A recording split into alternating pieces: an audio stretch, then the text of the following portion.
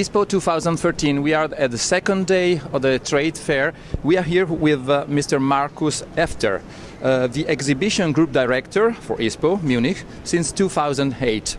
A brief introduction of the personality.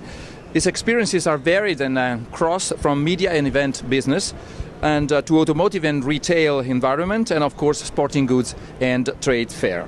Specialized in creative management, and that's a good question to ask him later.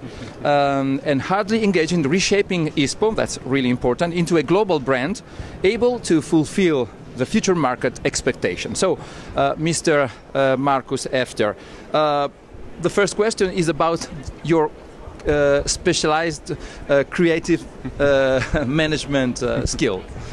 Yeah, I mean, that's a little bit interesting. So we are a little bit different comparing to other trade show organizers. Our show is, we work with segments in our show, and to every segment we are working with specialists who are taking care of all these communities. That means that there's one guy who is taking care of the action sport industry, and he knows all the events, he knows all the retailers, he's very close to the events, to them. He knows what is trendy in that kind of way. And it works very well for us, so because these guys are close, and though that means that it gives us the possibility that we come in contact with brands, which is usually not that easy. Global markets are changing fast and dramatically. How can a fair like ISPO keep the pace and even lead the future trends?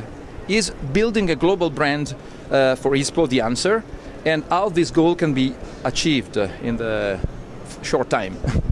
I mean, ISPO is started in 1970 with 200 exhibitors in a small place here in Munich. So it always has changed, the whole show, every year. So that is definitely part of our business. The whole sporting goods industry is changing very fast, and that since its beginning. So that means if you just take a look at the old products from 10 years ago, you just say today, oh no, I can't use them anymore. Because the development is so fast and so quick that you really have to follow that. We as a trade show organizer are really trying to be behind that kind of trends and to really get them and to put them to our show and to bring them to our show. We start every year with a couple of new projects. So that means for this year, especially, we are working with Health Style, and we have another project which is the Stand-Up Paddle organization. So these guys are coming, and it's a completely new exhibition, and it's a completely new range of exhibitors and visitors as well. It works very well, so the success for this year is quite good. So we definitely try, and we want to keep that and develop that for the future. Outdoor, ski, action, performance sports. These are the four segments representing four markets, the ISPO pillars, I can call. From your privileged point of view, which are the strongest of these pillars, the weakest, and the possible evolution in the midterm? Oh, that's a good question, and it's not easy to answer. Because if you take that onto a German level, it's completely different if you take it onto an European or an international level. We are an international trade show. We have exhibitors from more than 50 countries and visitors from more than 100 countries. So that means we are quite international show. The global situation at the moment is the US are struggling so far. They had 2 bad winters, so the whole ski industry is a little bit concerned about what happens in the US. Europe was quite good, as far as I can say. And if you go down to the different segments, it's not easy to answer. Outdoor seemed to be one of the motors of the industry in the last years, and it is still stable. So with the results of outdoor, we can be definitely happy. Fashion is a strong trend, so we're becoming more and more fashion-related brands coming to our show, and that offers a wider range also in numbers of retailers and different types of retailers who are coming to ISPO so far. Action sport.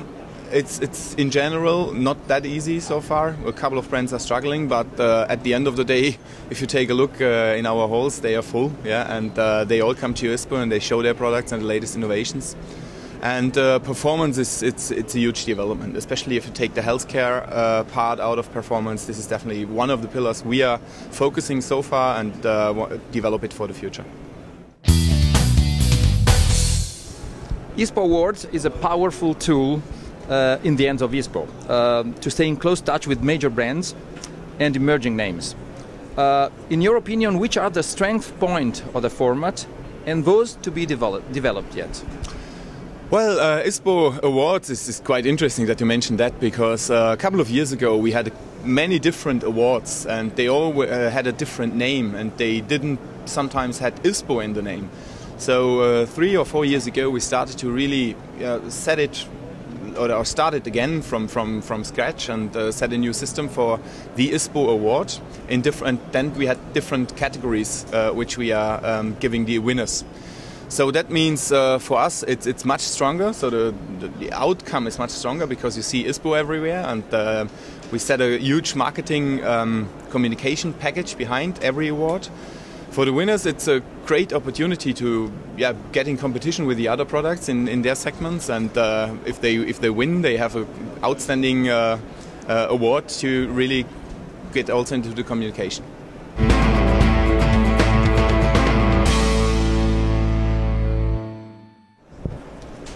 Let's change the area. Asia is a real player in the sporting goods world since more than a decade. ISPO moved soon to China to establish the first global fair there. Could you explain which changes have happened during these years, where Asian brands evolved from mere producer for third parties into real national and international brands entering the global market? Mm-hmm. Yeah, that's quite interesting. You mentioned that we were quite fast or quite early in the market, so 8 years ago, and some of the international brands followed us to China, and they did more or less the same setup that they had here at our show. And then they said, okay, we can't really work with that, so that's completely different. We need a different approach for that. It leads to a couple of problems sometimes. So they stepped out of the show. They really had to learn about the market and really had to go for new concepts. We helped them together to develop some of these concepts, and one example is the matchmaking tool that we are offering. If you are a brand and you want to go to China, you have the opportunity to really set a kind of a fact sheet, and then we match it with a distributor and a retailer database and help you to really get the right contacts in advance.